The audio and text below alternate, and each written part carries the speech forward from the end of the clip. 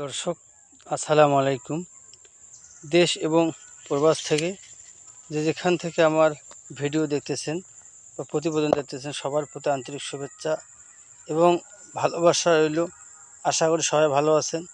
আজকে আমি আপনাদের যে ঘাসটি দেখাচ্ছি এই ঘাসটির নাম ইন্দোনেশিয়ান স্মার্ট নেপিয়ার হাইব্রিড ঘাস। ছাগল, গরু, গাড়ল, ভেড়া সব প্রাণী এই ঘাসটি খাইতে পছন্দ করে। ঘাসটির অনেক ঝোপ হয় এবং গোড়া থেকে আগা পর্যন্ত ঘাস পাওয়া যায় এবং 10টি গরুর জন্য আপনারা যদি ঘাস চাষ করেন 10টি গরুর জন্য আপনার 30% জমি হলেই এই ঘাস চাষ করলেই খামার আপনি চালাতে পারবেন এবং এই 10টা গরুর জন্য এই ঘাস দিয়েই আপনারা চাহিদা পূরণ করতে পারবেন। অন্য কোনো দানাদার খাদ্যের প্রয়োজন হবে না।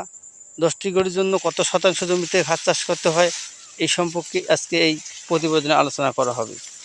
আপনারা দেখতে পাচ্ছেন যে কীরকম পরিপক্ক এবং মার্শাল্লাহ ফলন হয়েছে। প্রথমবারেই এই ঘাসটি রোপণ করেছি।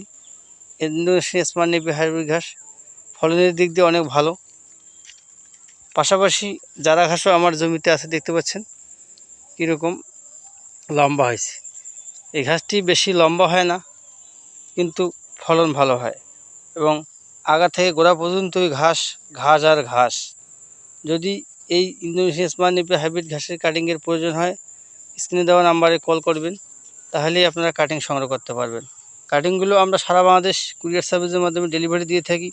কুরিয়ার চার্জ আপনারা অগ্রিম দিলেই আমরা এই কাটিং সরবরাহ করে থাকি। যারা এই ঘাসের কাটিং খুঁজতেছেন অবশ্যই কল করবেন কাটিংয়ের জন্য। যদি ভিডিওটি ভালো লাগে লাইক কমেন্ট শেয়ার করবেন, চ্যানেলটি সাবস্ক্রাইব করে পাশে থাকবেন। ধন্যবাদ। আসসালামু আলাইকুম।